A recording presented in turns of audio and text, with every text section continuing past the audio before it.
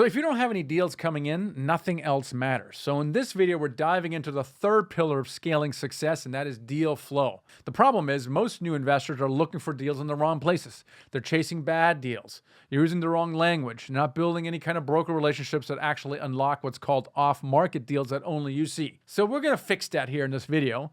I'm going to show you how to find deals like an insider, how to talk to brokers so they take you seriously, even if you've never done a deal before, and how to build a pipeline that brings you more opportunities over time, especially those off-market deals that only you see. So grab your workbook, take some notes, stay with me. Let's learn how to get consistent deal flow of profitable deals. All right, so moving on. Once you know how to analyze deals and you have your team ready to go, it's time to create deal flow.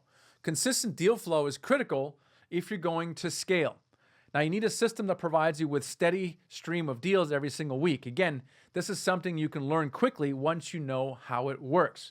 If you don't know how it works, you're going to struggle, right? And so I struggled with this early on. I see many new investors struggle with this as well because they're of their single family house investing mindset. So let me spare you for many months of struggle and share with you how to overcome these challenges. So here are the top 3 deal flow mistakes I see new investors make. All right. So mistake number 1 is looking for deals in the wrong place. Number 2 is not using the right language. And number 3 is not focused enough on building relationships with brokers who can actually get you deals. Now, we're going to apply our scaling mindset to these challenges so you don't need to struggle with any of these, but hit the ground running. So mistake number 1 is looking for deals in the wrong places. Now, as a single family investor, I was used to finding deals on the MLS, but I couldn't find a lot of apartments there. I even mailed out 1,000 letters to apartment owners because that's what I did for my house flips. And this cost me a bunch of money. And I got like 3 calls back and none of them went anywhere. So that was kind of a dead end and it cost me a bunch of money. Now, after several months, I figured out, that there are other websites that list commercial real estate. One of them is Loopnet, which is the equivalent of the MLS, but for commercial real estate, which is awesome. But none of these deals seem to pencil close. And after many months of wasting my time on Loopnet, I learned that brokers list their listings on Loopnet after everyone on their buyer's list had passed on the deal. Ugh, right? So not good. Again, I had lost months looking for apartment deals. And so how in the world was I going to find deals I could actually buy? If you can't find good apartment deals on the MLS or Loopnet, where should you look? So frustrating, right? After banging my head against the wall looking on the MLS and Loopnet, I finally discovered that the number one way to find apartment building deals is through brokers, specifically commercial real estate brokers who specialize in multifamily properties. Now, these brokers make it their business to find deals, right? The good ones send postcards and letters to apartment building owners and build a relationship years before an owner wants to sell. They network and beat the pavement and to get listings and buyers. And I discovered over time that with brokers, I only needed like a small number, 3 to 5 good brokers, and I'd never run out of deals, right? But where do you find these brokers? Would you know the best way to find potential brokers is on Loopnet? All right? Okay, I hear you saying, wait a minute, Michael, you just said Loopnet is worthless for finding deals. Well, that is mostly true, but it's a gold mine for finding the brokers. Now, you can create a free account on Loopnet and search for types of properties you're interested in. And then you make a spreadsheet with all the brokers who sell those properties, and now you have a list of brokers to contact. So let's do this right now, okay? I'm gonna go on Loopnet. All right, Loopnet is here, and you just create a free account. I already logged in, and you're gonna go over here. Where are you going? Oh, sorry, we're going for sale, and we're going to multifamily. All right, and we're gonna search in the Atlanta area. All right.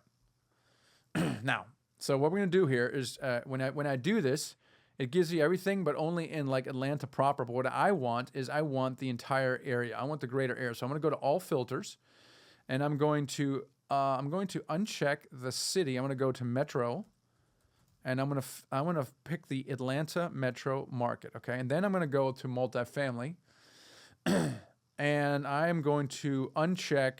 I just want garden. I don't want any of this other stuff. I want garden. And then let's see what I get. Let's see what I get here, right? So I'm going to get 20 results. And you can see it's a wider Atlanta MSA, which is the greater Atlanta area. And now you can see you've got 20 results here of some smaller and larger apartment buildings, okay? And now what you do is this is where you find your brokers. You go through each one of these, okay, wherever it is, each one of these, and each one of these gives you obviously pictures, and there are your contacts, right? You put these guys in a spreadsheet, and you go through all of them, well, you'll see some similarities. After a while, you see the same people. You see the same people that are showing up. Yeah, and then you basically just kind of put them in a spreadsheet, kind of broker tracker sheet, put them in a spreadsheet, and now you have this number of brokers that you can call, which is pretty cool. That's how you find them, and that's how you create your list. Pretty simple, easy to do. You can, again, outsource this to a VA. And I struggled with this in the beginning because now you have this list, and I don't really know what to say to these people, right? And I can tell you whatever I was saying at the time wasn't working because brokers weren't taking me serious at all. Because I didn't have an apartment investing track record, right? When I first started calling brokers in 2006, I quit my job in 2005, took a bunch of seminars, and one of them was a commercial real estate seminar. So I actually called a few brokers. And I said, hey, Mr. Broker, I'm a real estate investor. I'm looking for apartments to purchase. And I told them I had a couple of flips and a rental. And I said, could you please send me any active listings you might have? And they all told me the same thing. Sure, Michael, send me your proof of funds, and then we'll send you some properties. And I was like, what proof of funds? I don't have any proof of funds. And I was stuck. And today I know that this was the broker's polite way of getting rid of tire kickers like me because I sounded like a newbie. And newbies are never going to close on an apartment building, and they're wasting their time. And so I can't just use my single family house tactics and the language I was using and directly to apply it to multifamily. I'm using stuff like send me listings, active listings. I'm a real estate investor. Like, my goodness, that just smacks of a single family house investors. So I have to use insider language so that I don't sound like a newbie. Here's what I mean. I'm going to give you a broker script that makes you sound like an insider and gets brokers to take you seriously on the first call. Here is my broker phone script. Now, you're going to get this in the workbook. I'll show you in a second. In the workbook, you're going to have this broker script. You don't have to write it down or take pictures. You're going to get it. It's in your workbook if you scroll down a second. Okay, let me just walk through it. Okay, so basically, this is a script. I work with a group of high net worth individuals, and we are expanding to the Atlanta MSA. We're continuing to build our team locally, and we're looking for Class B and C properties in the $2 to $4 million range. We would consider light to medium renovations, but no repositions. All right. I noticed you have a listing on Loopnet that may or may not fit what we're looking for, but maybe we can start there. Could you send me the OM for that listing so that I can take a closer look at it? Is there anything else in your pipeline that you can send over for me to review? Now, it sounds a little different. Now, why does this script work? Okay, several reasons. We're using the right insider language like MSA, Class B, reposition, and OM. And it sounds like you know what you're talking about, which you do. Now, by the way, for any technical term, someone uses a term that you don't know, you just quickly use chat, okay? Just use chat. If you're on the phone with someone and says something and you don't know what the heck it means, right? You prompt chat with, hey, in the context of multifamily syndications, give me a concise and simple definition of whatever, OM. Okay, it means offering memorandum. It's essentially the marketing package, OM, right? Reposition means very heavy value add. Reposition because you're trying to reposition from, say, a class, B minus to a class B plus, stuff like that. It's not important. I'm just saying you're going to learn these terms, and sometimes you don't know what they are, so use chat. Now, with this script, you're also addressing the broker's biggest fear, which is that you're not going to close on a deal because you don't have the money or experience. Now, you're addressing these two concerns because you say you're working with a group of high net worth individuals. Therefore, you're addressing the money part. Now, for example, if you're in a network, like, for example, if you're in our network, that's actually true because you actually have a group behind you. You've got some investors behind you because you're already raising money, which we'll talk about. You also have access to partners that can raise capital. So this is not a lie. You actually literally have access to a group of high net worth individuals. But you're also addressing the experience part because you're talking in terms of we and the team. You mentioned that you're already working with a specific property management company, and you say you're expanding, implying that you already have experience. So you're referencing your team a lot. So you're checking off a lot of boxes. And it is very low probability that this broker is going to ask you for proof of funds because you sound like a serious person, because you're using the right language, and you have a team behind you. And just to give you an example here, this is Anthony Metzger, young guy, and his background was winemaking. Seriously, like, he's a winemaker. He'd never done any kind of real estate investing before, and he wanted to go straight into apartment investing, which I applaud. And he started working with us and built his team. And he used a script I just shared with you, how also built his team. And brokers took him seriously, and they never asked him for proof of funds. In fact, within just a few months, he was awarded this $11 million deal. It was 218 units in Little Rock, Arkansas, and he partnered with another experienced operator who then raised the capital and closed the deal. The good news is that you don't need previous apartment investing experience, is what I'm trying to say, to get started with apartments. Instead, use the broker script, use the right language. I just share with you, leverage your team's track record so that you're instantly taken seriously by brokers and also investors. And so they start sending you deals. All right. Again, the script I just shared with you is in the workbook also. But now, maybe you're not entirely ready to call brokers yet, okay? I want to encourage you to try this because you can implement this, after this call. And it's kind of scary, and that's totally understandable. Plus, it's probably not a good idea to practice on brokers in your target market because a newbie first impression is going to be tough to undo. So what you need to do is to practice in a safe environment, right? And the way I'll give you another hack, if a lot of many scaling things that we do to overcome a lot of things that you think are in your way is to use what we call the throwaway market strategy. This is such a cool tip, right? Because all you got to do is pick a market you don't intend to buy in, right? It could actually be your backyard in any other city that's across the country.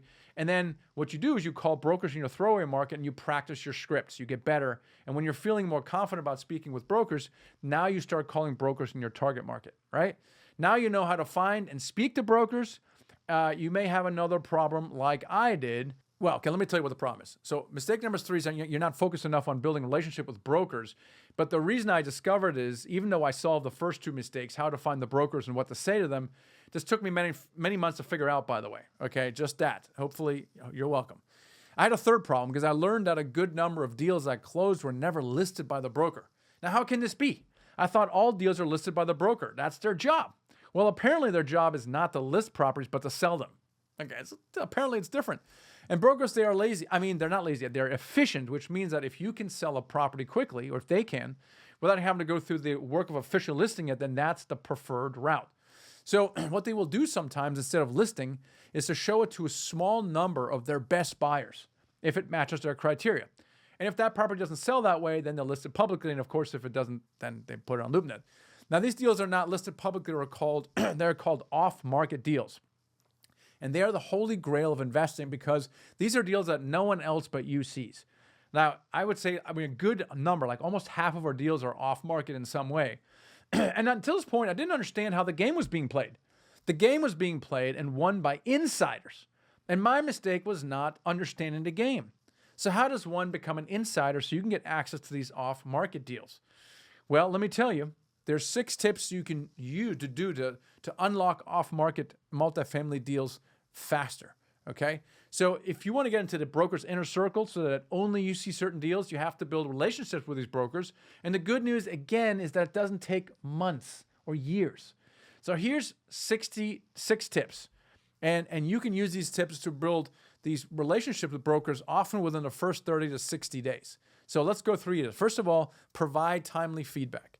I once asked our broker, when you send out a blast to your list, like what percentage of people actually respond back to you? 20%.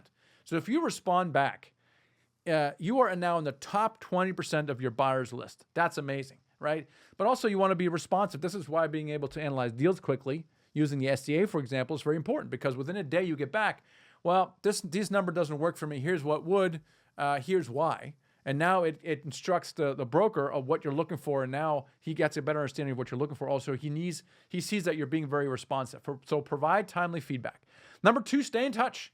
You would think that a broker stays in touch with their buyers list. They don't. It is shocking to me. So you got to make it your business to stay in touch. Like put a reminder on your thing that every 2 to 3 weeks, you're texting or calling them or sending them email. Hey, what's going on? Here's what's going on. Hey, here's a valuable blog post or news article you might find valuable.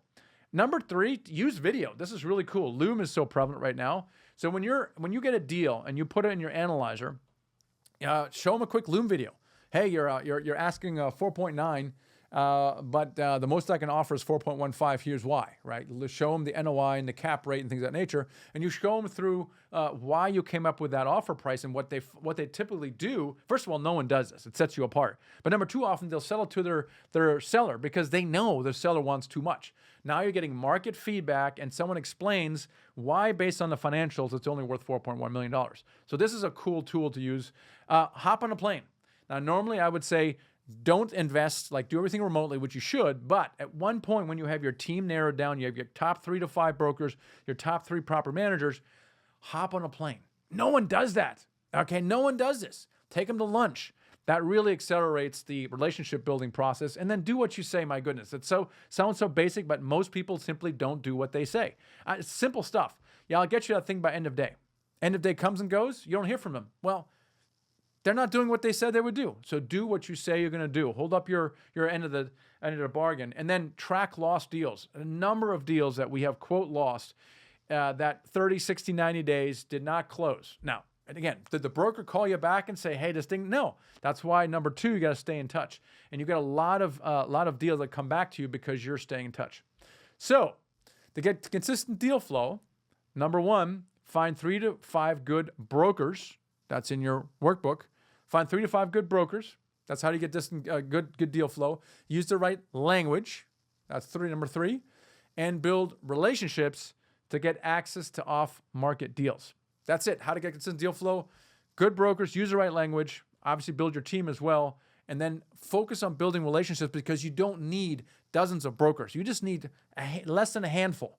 Focus, find those, build a relationship with them, and you're never going to go run dry with deals. And also, you're going to get access to off-market deals, and that is where the magic is. So if you've been struggling to find deals or you've been getting ghosted by brokers, I hope this video gave you a new playbook. And now that you know where to look, what to say, and how to build the relationships that unlock that good stuff, the off-market deals, now we're going to get into the other stuff. So I want to give you if you want some extra report or someone to walk you through your first deal, then book a call with our team of advisors below, because we actually have a mentoring program that helps you with all this stuff. But in the next video, we're going to move on to pillar number 4, which is deal capital. I'm going to show you how to raise the money you need to actually do those deals. It's one of the biggest objections and questions we get from people is, I don't have enough money. I don't know how to do it. And we're going to knock this thing out. It's probably the most substantial part of this training. So we're going to get into that right in this next video.